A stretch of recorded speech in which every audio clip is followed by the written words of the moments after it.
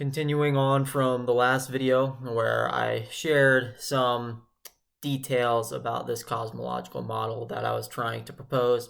So let's go right into black holes. Black holes have a very strange feature in this model, but let's look at gravity first, because to really understand what exactly is so strange about black holes, you have to understand what gravity does to the fabric of space-time.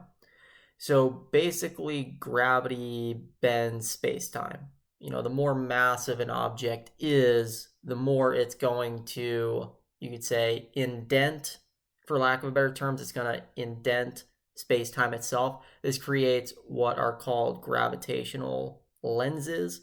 If you want sort of an example of what that's like, picture if you placed a bowling ball on a bed, the bed would kind of smush down, right? It would curve underneath the ball.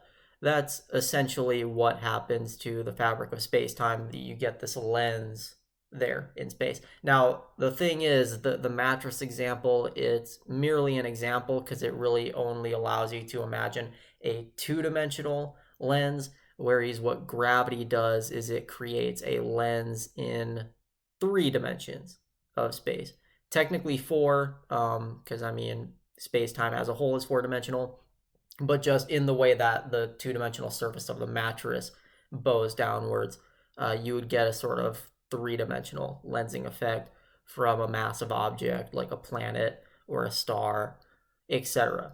Now, remember in the last video, I explained how in my model for the shape of the universe, each moment in time exists on a surface of a layer in this hypersphere. So if we are on a surface of a 4 dimensional sphere, let's picture a mattress in the shape of a sphere, right? Like a very flexible material. Just make like a global spherical shape out of that material. Okay, now if you want a bowling ball example of what's going to happen to the surface here, just like take your thumb, like picture pressing it in to that spherical shape made out of the mattress material, right? What's going to happen is as your thumb presses into it, it's going to indent into the surface like the bowling ball.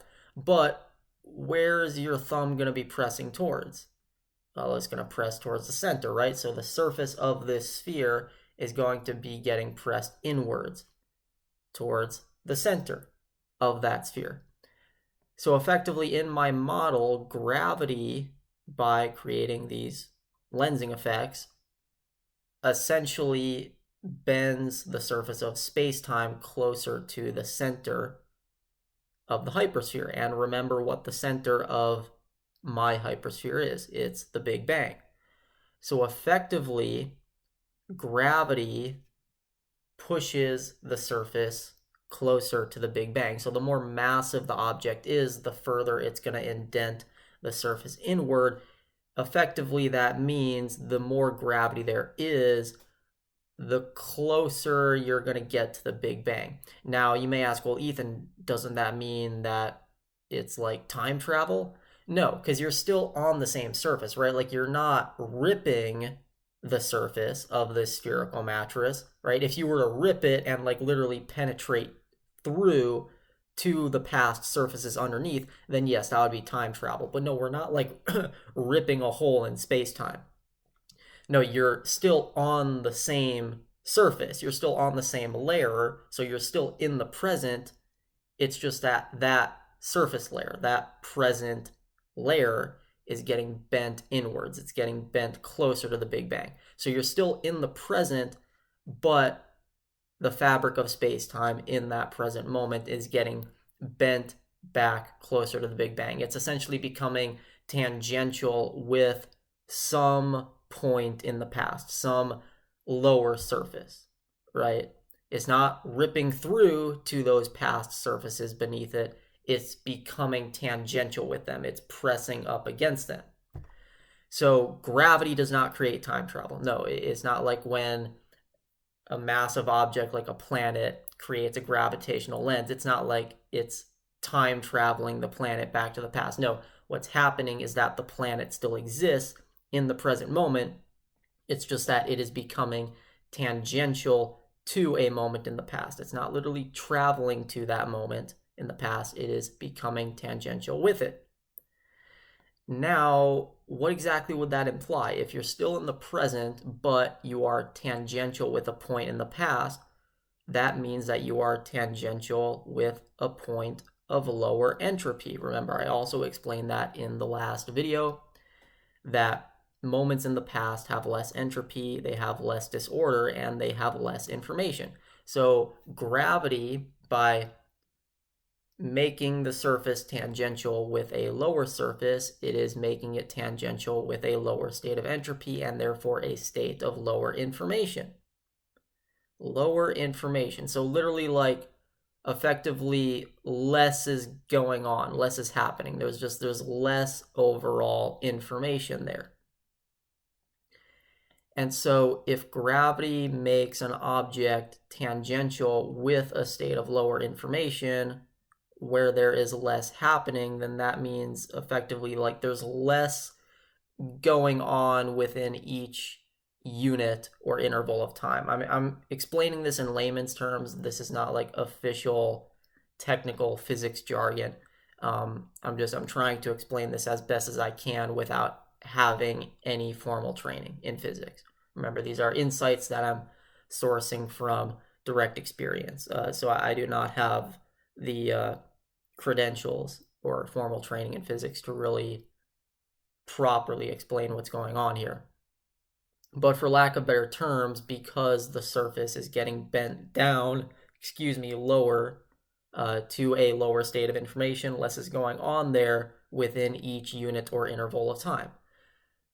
Now, just think intuitively about this. This is a part of the topic that's not so counterintuitive. You are able to grasp this intuitively. So think for a second. If less happens within a given interval of time, what does that mean? Well, that means that time is moving slower, right? I mean, that's the definition of slower. It's for less to happen in a given interval of time. For something to be faster means that more is happening in a given interval of time. So when gravity indents the surface, right, any of the surfaces or points in time, when it indents a surface further inwards closer to the Big Bang and makes it tangential with a lower surface, which is a point in the past, in other words, a state of lower entropy or lower information, it is making that surface tangential with a point of information such that there's less going on within each given interval of time. And so time moves slower. This is why heavier gravity or having more mass makes time move slower. This part is not original to me. This is just true. Einstein gave this to us. He showed us that if there's more mass, time will move slower, right? And so effectively, if there's more gravity, time will move slower. This is why we've actually verified this. You can fact check me on this. I promise this is true, as strange as it sounds. We have taken very accurate atomic clocks and we have done tests where one clock is at sea level and the other one is at the top of a mountain. And the clock at sea level is closer to the center of the Earth, so gravity is slightly stronger there. And when gravity is slightly stronger, time moves slightly slower. It moves a tiny, tiny fraction of a second faster on a mountaintop because it's further away from the center of the Earth. Gravity isn't quite as influential up there. So when there's more gravity or more mass, time moves slower. This has already been proven. Where my model says something that is potentially original and something that has not been proven or disproven yet is that the reason why gravity makes time move slower is because, as we already know, gravity indents the surface of space-time, but in my model, you have past surfaces existing beneath the surface of the present moment we're in. Therefore, whenever gravity does that, whenever it creates that lensing effect, it is literally making the present fabric of space-time tangential with a past moment in time, and therefore it is tangential with a lower state of information. Therefore, less is happening. Therefore, time moves slower. So effectively, if you want to think about this in a very strange way, that means that sea level is closer to the Big Bang than a mountaintop. There's more gravity at sea level. It is tangential with a lower state of information, so time moves slightly slower there than it does on a mountaintop. Now, there is a counterexample to this for astronauts up in space, let's say on the International Space Station orbiting the Earth, time will actually move slightly slower for them.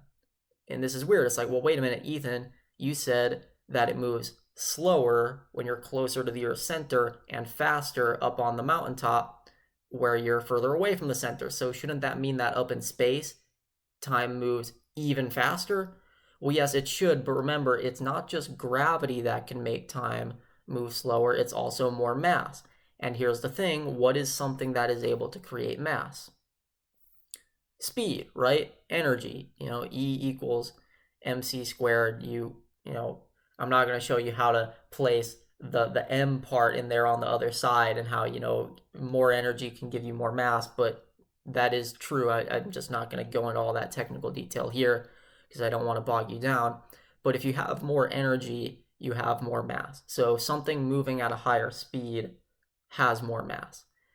And the International Space Station is in Earth's orbit, and therefore it is moving at such a high speed that it has such a high level of mass that that amount of mass offsets the fact that it's further away from the Earth's surface.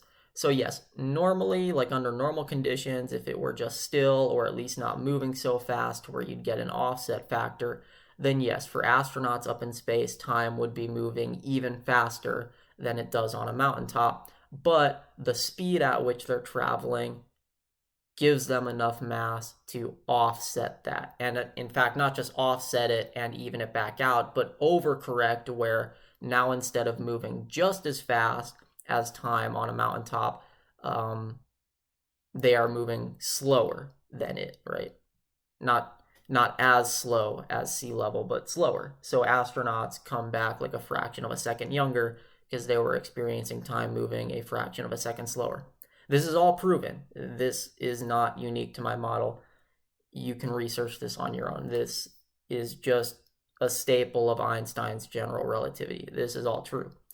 The difference is that my model gives an answer as to why this happens. We observe that this happens. We measure the fact that time moves slower at sea level than it does on a mountaintop, and time normally would then move faster up in space, but the mass of orbit or being in orbit moving at that speed up there offsets it where you still move slower than sea level. So mass and gravity make time move slower. We have already measured this. This is already a fact. But we don't know why that happens. My model gives a potential answer as to why that happens. And just to re-summarize it, it is because gravity indents the surface of space-time and makes it tangential with a lower state of information. Therefore, less happens in a given interval of time, and that is precisely what it means for something to move slower. So by definition, time moves slower because of gravity, right? Okay, well now this is where black holes get very strange, because see, black holes supposedly have infinite mass. Now, physicists don't like infinity for very good reason. See, in math, infinity is accepted, but in physics, it's like, okay, the physical world that we experience here does not have anything infinite within it. Like your room is finite, the earth is finite, the galaxy is finite. We see finite amounts of energy all around us. So in the realm of physics, infinity is not really applicable. Now, that does not mean that infinity is like untrue or false. There are physicists who do still think that it's possible that infinity physically exists. It's just that even if it does, it's not applicable within our science. It's not applicable within cosmology or physics, at least not as it stands now. So they look at this fact that, okay, black holes have infinite mass, or at least mathematically they're predicted to. They see this and it's like, that's kind of a problem, right? The black hole is clearly like a finite object, so how could something infinite be there? We're not allowing for contradictions in this case, in which something finite could be infinite, but, for whatever reason, again, in the realm of physics, it's a signal that there might be something wrong with our understanding of black holes. And I can explain more on that later, but we'll just go with that for now. My model gives an answer to this as well. It gives physicists a potentially satisfactory answer that allows them to overlook the supposedly infinite mass of a black hole. Because if mass is infinite, remember what happens as gravity or mass increases. You indent the surface of the sphere, right? The surface that you're on, you indent it closer to the Big Bang. So if there's infinite mass, like with a black hole, it's essentially just going to indent and indent and indent further and further and further in with no upper limit. It's like, think of a parabola approaching infinity, or like a function approaching infinity on a graph. It's going to keep going and going and going to infinity and sort of just approaching with no upper limit. But now here's the thing. In this hypersphere that I'm proposing, you can't just go further in forever. There's a clearly defined center. It's the Big Bang, 13.8 billion years ago. So picture if you were to dig further and further and further down beneath the surface of the Earth, you wouldn't just be digging through the Earth forever. No, eventually you're going to reach the core, eventually you're going to reach the center, and eventually you're not going to be digging further down anymore. You're actually just going to be coming up through the other side, and you're going to keep digging and digging and digging upwards, and then you'll just be on the other side of the planet. It's the same thing here. The gravity of a black hole can bend things and indent things further and further and further in, but eventually it's going to reach a center where it's not going any further inwards. In fact, things are just going to reverse and it's going to move outwards. Here's where this gets interesting, is that if all the things getting sucked into a black hole are going further and further and further in until they go out, you're essentially going to get a reversal of the black hole's gravity, right? It's the black hole's strong gravity which sucks everything in, and it's its gravity which indents it further and further and further down to the center, where it approaches infinity, but it can never reach infinity because it only has a finite amount of distance to go in before it reverses. And when it reverses, its gravitational effects reverse. And so now, rather than there being gravitational attraction sucking things in, there's a reversal where things are repelled outwards. So effectively, everything that gets sucked into a black hole gets sucked and sucked and sucked and sucked in further and further and further in until it reverses, and there's no longer an attraction, there's a repelling. And that repelling happens as soon as you hit the center. And what is at the center of this hypersphere? The Big Bang. Everything that gets gravitationally attracted into a black hole gets repelled outwards at the Big Bang. Does that sound familiar? The Big Bang was a spitting out of material. So effectively, this is where black holes get very strange in my model. Black holes gravitationally attract and suck everything in, and yes, black holes are measured to have infinite mass, but physicists don't like that. Luckily, in my model, it's not that a black hole actually has infinite mass, it's that its mass approaches infinity. It goes as far in as it can, right? It's approaching infinity, so it keeps going and going and going further in as far as it can, but there's only so far in it can go before it reaches the center and things reverse. And when things reverse, its gravitational attraction turns into a gravitational repulsion at the center. The material that it has sucked in now gets repelled out at the Big Bang. So effectively, in my model, the universe recycles itself. It sucks things in through the black holes, and those things get repelled out at the center of the universe. which is the Big Bang. It repels them out, sucks them in at a later date, right, through a black hole, and then repels them out. It's this cyclical self-sustenance or self-creation. This also says something interesting about white holes. There's these theoretical, or I should say hypothetical objects in physics known as white holes. So a black hole has gravitational attraction. It sucks things in. Physicists have theorized that there should be such a thing as white holes, right? So the opposite of a black hole, instead of there being gravitational attraction, there's gravitational repulsion. All the matter gets repelled outwards. But we've never found any white holes. We've found tons and tons and tons of black holes. So it's like, where's the white holes, right? There should be just as many white holes as there are black holes. We see lots of black holes. We've never found a white hole. They may not even exist. So where are they? Well, in my model, all the black holes merge into one white hole. They lead to one white hole, and that white hole is the Big Bang. That's where the repulsion takes place. And I came up with this idea independently from dialing in. It turns out that this idea, this single one, has actually already been proposed, that maybe the Big Bang was a white hole. In fact, the Big Bang is the closest thing we know to a white hole. We've never seen any white holes. We've never found them. The closest thing we know that looks as similar to a white hole as anything we've ever known about is the Big Bang itself. It's that repulsion at the beginning of the universe. So ironically, this idea of mine that I came up with independently, it has some consistency. It has some support or corroboration already. So this is one aspect of my model that hasn't really been proven yet, but it's accepted to some degree. So that's pretty interesting. Hopefully that's good news for the rest of the model, but we'll see about the other features, right? So that's what's so strange about black holes. Yeah, they approach infinite mass. It's not that they actually have infinite mass, so physicists can breathe a sigh of relief. They do not have to deal with infinity in their field of study.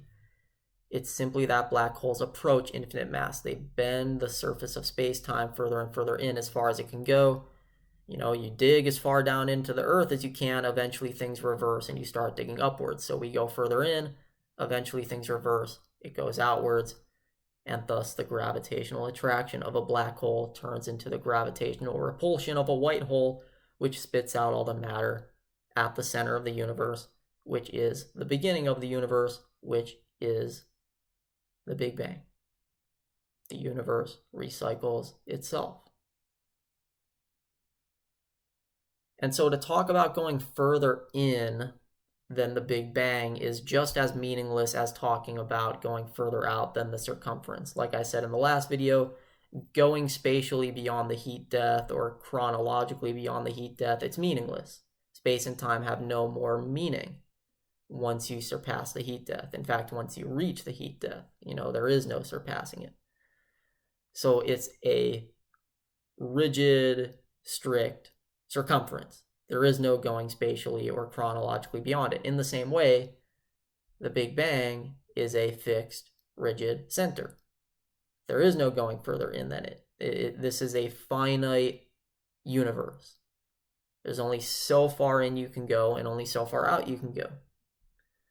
Right? Again, like the Earth example. If you go, you can go what? 3,900 miles beneath the surface of the Earth to reach its center.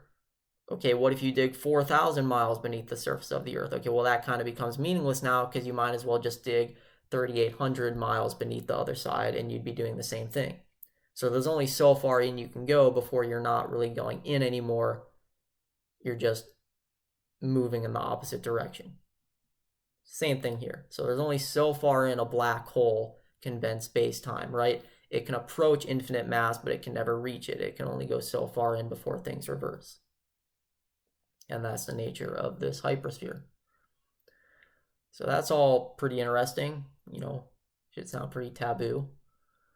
Final thing about this hypersphere model is the fact that it's not infinitely divisive. So time is pixelated, meaning there is such a thing as a smallest unit of time in this model. So even in this case, the model is finite, right? It's not like you can keep dividing up time further and further and further forever. It's not like there's infinitely small units of time. No, time can only be divided up to a finite degree. So there is such a thing as a smallest unit of time in this model of mine, and that would be the Planck time. Needless to say, the Planck time itself is not original to my model. Physicists already sort of take that to be the smallest unit of time, precisely because if you go smaller than a Planck unit of anything, right? Let's not even just look at time, like a Planck unit of length. Sometimes I pronounce it like an American. But if you go smaller than a Planck unit of length or mass, effectively you create a black hole and that thing just vanishes. So it's like it kind of just vanishes from the face of the universe. So if you go smaller than a Planck unit, you effectively just go outside the universe, for lack of better terms. I mean, nobody really knows where the black holes lead, but it just kind of disappears, right? So in terms of staying within the universe, there's no going smaller than a Planck unit, right? If you go any smaller, you're actually just leaving the universe. So there is a smallest unit of time, and my model just kind of takes that to be the Planck time, right? No use in arguing against that currently accepted idea because there's no need to. Again, there's no need for this model to be infinite. It's strictly empirical, right? So it's okay for it to be finite. So if the smallest unit of time is the Planck unit, well, how many Planck units are there in a year, let's say? Oh, there's 5.85 times 10 to the 50 Planck units of time in a year. And remember, how long does the universe exist for?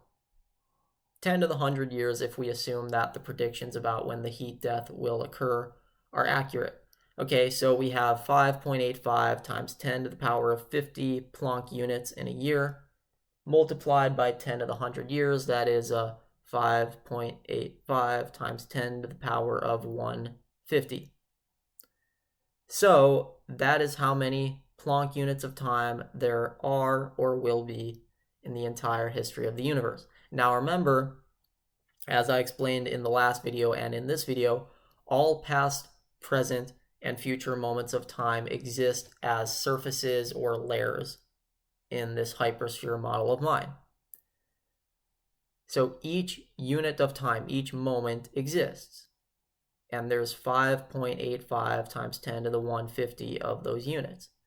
So that is how many surfaces or layers there are in this shape of the universe. It's not just a hypersphere, it's a hypersphere containing hyperspheres, containing hyperspheres, containing hyperspheres. It's a bunch of concentric hyperspheres, right? Future ones containing past ones, and there are 5.85 times 10 to the power of 150 of these concentric hyperspheres in my model. So it's not just a hypersphere model, it's a concentric hypersphere model. There's self-inclusion. You could call it like a Matryoshka hypersphere.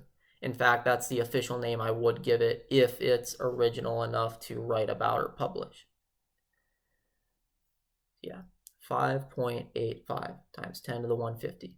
That's how many spheres within spheres within spheres there are in this model. So that's it for this. I can come back around to this later, maybe update on it. But if you have any questions, feel free to let me know. Hope you enjoyed this discussion. I'll see you all next time. Create a nice day.